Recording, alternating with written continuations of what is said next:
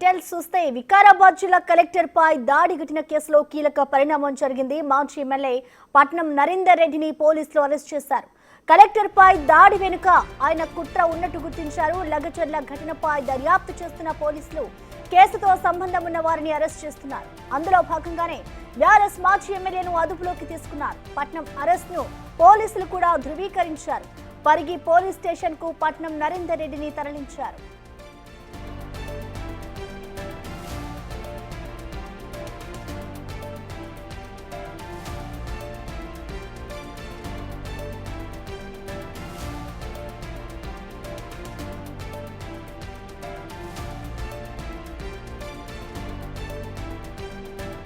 దాడికి ముందు తాను ప్రధాన నిందితుడు సురేష్తో తాను మాట్లాడానని నిన్న పట్నం నరేందర్ రెడ్డి కూడా ఒప్పుకున్నారు. ఘటనకు సంబంధించి 42 సార్లు సురేష్తో పట్నం నరేందర్ రెడ్డి మాట్లాడినట్లు పోలీసులు కూడా చెప్తున్నారు. నిందితులు ఎంతటి వారైనా వదలబోమని ఐజీ సత్యనారాయణ చెప్తున్నారు.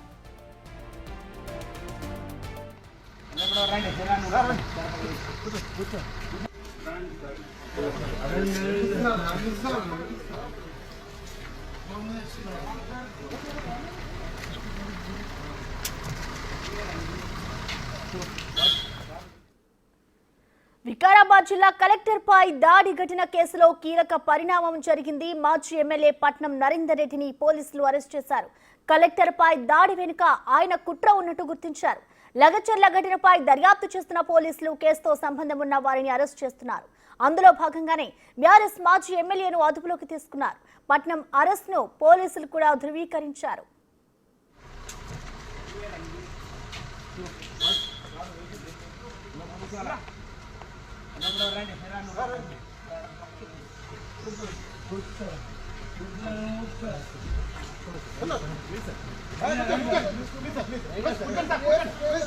దాడికి ముందు తాను ప్రధాన నిందితుడు సురేష్తో మాట్లాడానని నిన్న పట్నం నరేందర్ రెడ్డి కూడా ఒప్పుకున్నారు.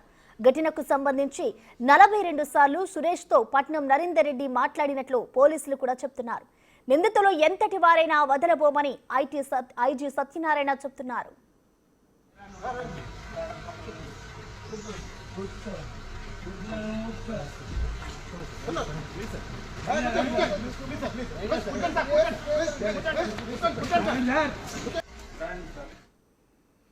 ఇక పట్నం నరేందర్ రెడ్డి అరెస్టుకు సంబంధించిన కంప్లీట్ అప్డేట్స్ ని మా ప్రతినిధి రానా లైవ్ ద్వారా అందిస్తారు. రానా, చెప్పండి, మొత్తానికి ఏదైతే మొన్న కలెక్టర్ పై దాడి జరిగిందో ఈ దాడి కేసుకు సంబంధించి పోలీసులు అయితే నరేందర్ రెడ్డిని ఇప్పటికే అరెస్ట్ చేశారు. ప్రస్తుతం ఆయన ఎక్కడున్నారు? మీరున్న చోట డీటెయిల్స్ ఏ విధంగా ఉన్నాయి రానా?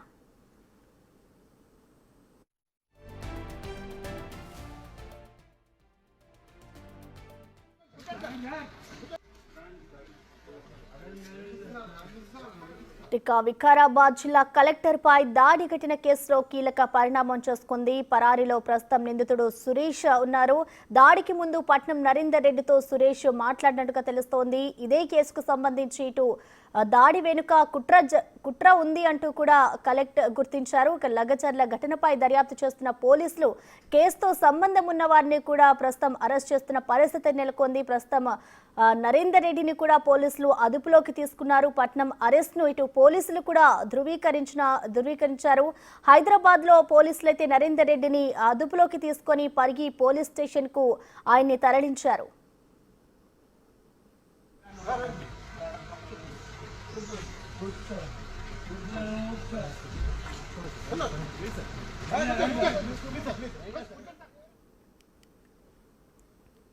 వికారాబాద్ జిల్లా కలెక్టర్ పై దాడి ఘటన కేసులో కీలక పరిణామం జరిగింది. మాజీ ఎమ్మెల్యే పట్నం నరేందర్ రెడ్డిని పోలీసులు అరెస్ట్ చేశారు. కలెక్టర్ పై దాడి వెనుక ఆయన కుట్ర ఉన్నట్టుగా గుర్తించారు. ఈ నేపథ్యంలోనే ఆయన్ని ఇవాళ ఉదయం పోలీసులు అయితే అరెస్ట్ చేశారు. డీటీసీ సెంటర్ నుంచి నేరుగా ఆయన్ని కోర్టుకు హాజరుపరిచే అవకాశాలు ఉన్నట్లుగా తెలుస్తోంది. ఇక లగచర్ల దాడి కేసులో పట్నం నరేందర్ రెడ్డిని అయితే ప్రస్తుతం అరెస్ట్ చేశారు. పరారీలో నిందితుడు సురేష్ ఉన్నట్లుగా తెలుస్తుంది. ఆయనకు సంబంధించి కూడా ఇటు పోలీసులు అయితే ప్రత్యేక టీంని ఏర్పాటు చేసి ఆయన ఆచూకీ కనుక్కునే దాంట్లో అయితే పోలీసులు ఉన్నారు. ఇక ఇటు పట్నం నరేందర్ రెడ్డి అయితే ప్రస్తుతం జైల్లో ఉన్నట్లుగా తెలుస్తోంది. దీనికి సంబంధించిన ఓవరాల్ డీటెయిల్స్ ని మా ప్రతినిధి రానా లైవ్ లో అందించే సిద్ధంగా ఉన్నారు. రానా,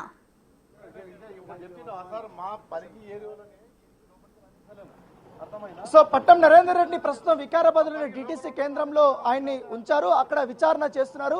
విచారణ అనంతరం పరిగిలోని ఈ పోలీస్ స్టేషన్కి తీసుకురా వస్తున్నట్టుగా మనకు సమాచారం అవుతుంది. ఇప్పటికే పరిగి పోలీస్ స్టేషన్ దగ్గర భారీ భద్రతను కూడా ఇక్కడ అధికారులు ఏర్పాటు చేసినటువంటి నేపథ్యం ఏర్పడతాయి. ఇక్కడ కొన్ని ఆంక్షలు కూడా అధికారులు పెట్టినటువంటి పరిస్థితి కనపడతాయి. ఎందుకంటే ఎవరిని కూడా ఇక్కడ ఈ ఏరియాలోకి రానియటం లేదు. అక్కడైతే విచారణ అయిపోయిన తర్వాత అక్కడి నుంచి కాన్వాయ్ స్టార్ట్ అయిన తర్వాత ఇక్కడ పూర్తి స్థాయిలో పోలీస్ స్టేషన్ దగ్గర కానీ కోర్టు దగ్గర మొత్తం రోడ్ అంతా కూడా క్లోజ్ చేయబోతున్నట్టుగా మనకు సమాచారం అవుతుంది. సో ఉదయం నుంచి కూడా ఒక ఉత్కంఠకరమైనటువంటి వాతావరణం ఎదుర్కొంది. ఎందుకంటే ఇక్కడ బీఆర్ఎస్ సంబంధించిన కార్యకర్తలు కూడా వాళ్ళ హడావుడి అనేది కూడా ఎక్కువగా ఉంటుంది కాబట్టి పట్నం నరేందర్ రెడ్డికి సంబంధించిన ఫాలోవర్స్ కూడా ఎక్కువగా అలర్ట్ అయ్యే అవకాశం ఉంది. ఇక్కడ గొడవలు జరిగే అవకాశాలు ఎక్కువగా ఉన్నటువంటి నేపథ్యంలో పోలీసు శాఖ కూడా పూర్తి స్థాయిలో ఇక్కడ అలర్ట్ అయినటువంటి ఆ నేపథ్యము.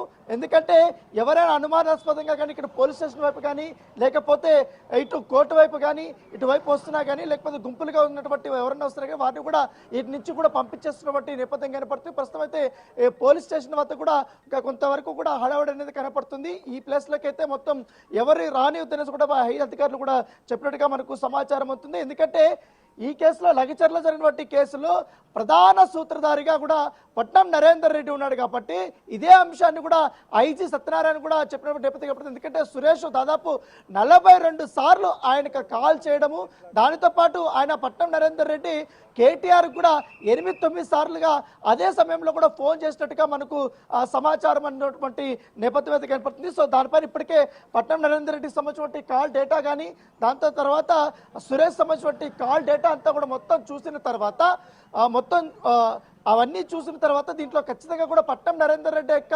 ఇన్వాల్వ్మెంట్ అనేది ఉందనేసి కూడా చెప్పినటువంటి నేపథ్యంలో దానికి తగ్గట్టుగానే ఇప్పుడు ఈ యొక్క చర్యలు తీసుకునేది. ఇప్పుడు ఆయన అరెస్ట్ చేశారు కాబట్టి అరెస్ట్ చేసుకొని పూర్తి స్థాయిలో ఇప్పుడు ఆయన విచారణ చేసిన తర్వాత అక్కడ ఎస్పీతో మాట్లాడిన తర్వాత ఎస్పీ కూడా అక్కడ విచారణ చేసిన తర్వాత పరిగి పోలీస్ స్టేషన్కి అనేది ఇక్కడ తీసుకురాబోతున్నట్టుగా మనకు సమాచారం అవుతుంది. సో ఇప్పటికే ఆంక్షలు అనేది కూడా పూర్తి స్థాయిలో ఇక్కడ పెట్టినటువంటి పరిస్థితి. సో ఎవరికైతే ఈ ప్లేస్లో అయితే ఎవరికి అయితే రానియటం లేదు, కొంతమందిని మాత్రమే ఇక్కడికి ఓన్లీ పోలీసుకి సంబంధించిన అధికారులు మాత్రమే ఇక్కడికి లోపలికి ఎంట్రీ ఉందనేసి కూడా మనం చెప్తున్నటువంటి నేపథ్యం కనపడుతుంది.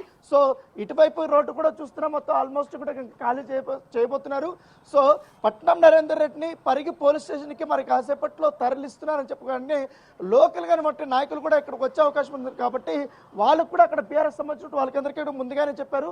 సో ఎట్టి పరిస్థితుల్లో ఇక్కడ కానీ గొడవలు కానీ లేకపోతే ఏమైనా జరిగితే మాత్రం ఖచ్చితంగా కూడా కఠిన చర్యలు తీసుకుంటామనేసి కూడా పోలీస్ అధికారులు వాళ్ళకి చెప్పినట్టుగా మనకు సమాచారం అవుతుంది. ఎందుకంటే వికారాబాద్ నుంచి ఒక రోడ్డు అలాగే కొడంగల్ నుంచి పరిగికి వెళ్ళేటువంటి రోడ్డు దగ్గర కూడా బందోబస్తు అనేది కూడా ఏర్పాటు చేశారు.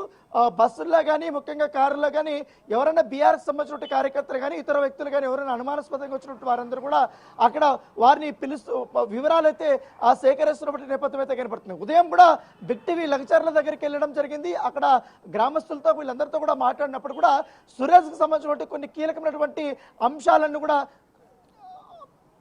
సో దాంతోపాటు ఆయనకు సంబంధించిన కొన్ని అంశాలను కూడా వాళ్ళు చెప్పడం నేపథ్యం కనపడితే ప్రస్తుతం అయితే డిటిసి కేంద్రంలోనే అక్కడ ఎవరైతే పట్నం నరేందర్ రెడ్డిని విచారణ చేస్తున్నారు మరి కాసేపట్లో అక్కడే వైద్య పరీక్షలు కూడా అందించినారు.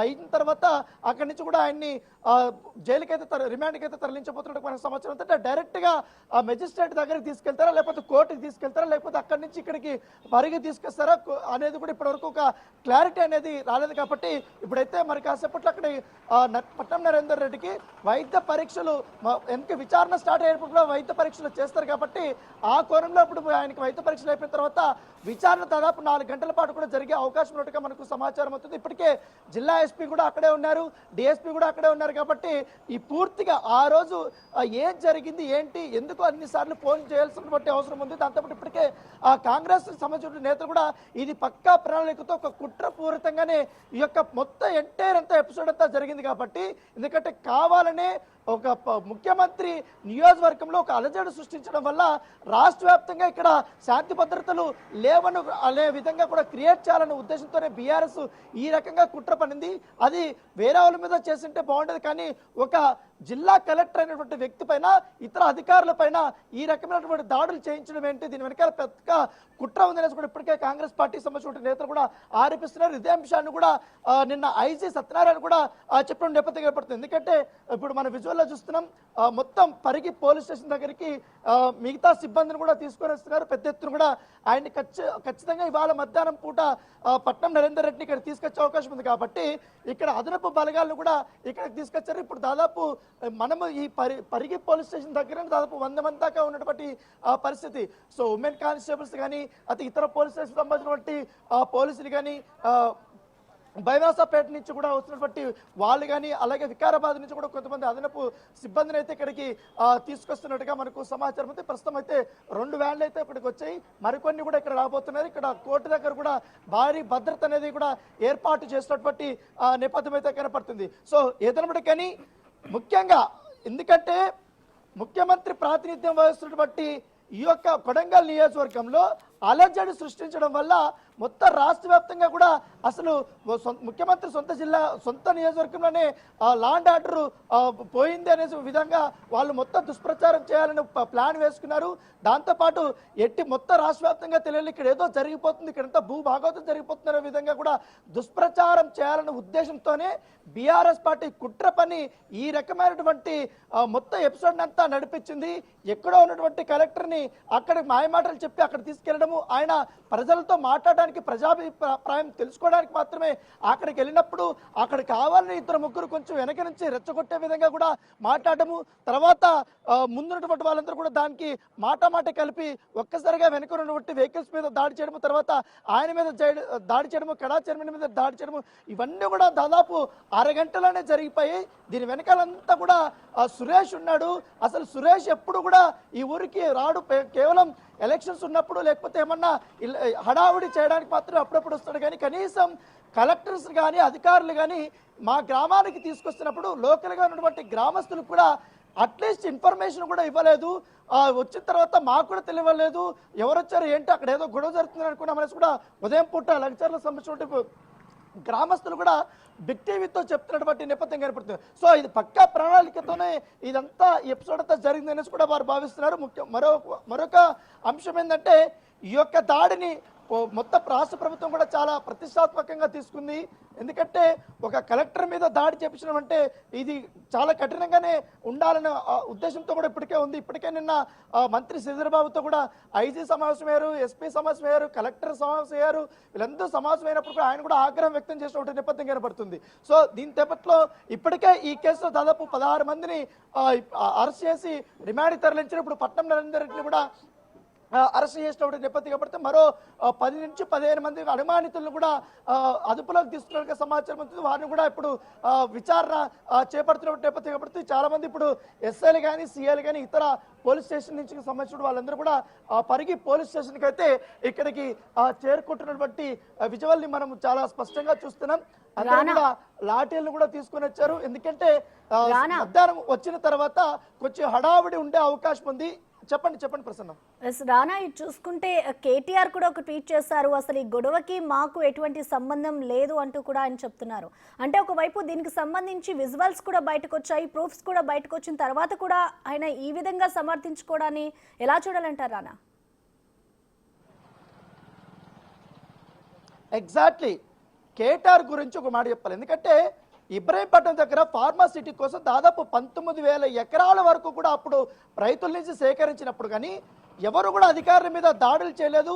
ఏ పార్టీ అప్పుడు కాంగ్రెస్ పార్టీ ప్రధాన ప్రతిపక్షంగా ఉంది కాబట్టి అప్పుడు ఎవరిపైన కూడా ఏ అధికారి పైన కూడా ఏ ఒక్క కార్యకర్తను కానీ రైతులు కానీ ఉసుగొలపలేదు. ఎందుకంటే మీకు పరిహారం విషయంలో మాత్రం మేము తోడుంటామనేసి దారకంగా కూడా పోరాటాలు చేస్తారు, కానీ దాడులు చేయమనేసి కూడా ఎప్పుడు చేయలేదు. కాకపోతే ఇక్కడ పక్కా స్కెచ్, ఒక్క జిల్లాకు సంబంధించినటువంటి ఒక కలెక్టరు ఎంటైర్ సిస్టమ్ అంతా నడిపే ఒక వ్యక్తిని టార్గెట్ చేస్తూ ఇక్కడ దాడి చేపించడమే కాకుండా దానికి సంబంధించిన ఆధారాలు కూడా పోలీసుల వద్ద ఉన్నప్పుడు కూడా ఇంకా బుకాయించడం అనేది కాంగ్రెస్ కార్యకర్తలు కానీ కాంగ్రెస్ నేతలు కూడా వీళ్ళందరూ చాలా తీవ్రంగా పరిగణిస్తున్నటువంటి నేపథ్యం. ఎప్పుడైతే గతంలో మేము ఎప్పుడు కూడా ఇలాంటి దాడులకు ఉసుగొలపలేదు, కానీ మీలాంటి నీచ రాజకీయం మేము ఇప్పటి వరకు చేయలేదనేసి కూడా కాంగ్రెస్ కార్యకర్తలు చెప్తున్నారు. ఇప్పుడు కేటీఆర్ నిన్నటి నుంచి కూడా చూస్తున్నాం, అటు ముంబైలో మాట్లాడినా కానీ ఇటు ఢిల్లీలో మాట్లాడినా కానీ ఇక్కడ మాట్లాడినా కూడా ఆయన ఏకవచనంతో సీఎంని మాట్లాడటము, ఈ దాడి గురించి అసలు మాకు సంబంధమే లేదన్నట్టుగా చెప్పడము, సంబంధమే లేనప్పుడు బీఆర్ఎస్ సంబంధించినటువంటి నేత ఒక 48 గంటల్లోనే ముఖ్యంగా ఆ లాస్ట్ చివరు అంటే దాడికి ఒక గంటకు ముందు అన్నిసార్లు పట్నం నరేందర్ రెడ్డికి ఫోన్ చేయాల్సినటువంటి అవసరం ఏముంది, ఇక్కడ జరుగుతున్నటువంటి వ్యవహారం అంతా కూడా ఆయనకి చెప్పాల్సినటువంటి అవసరం ఏముంది, ఆయన ఇక్కడ జరిగినటువంటి అంశాలన్నీ కూడా పట్నం నరేందర్ రెడ్డి కేటీఆర్కి చెప్పాల్సినటువంటి అవసరం ఉంది. అసలు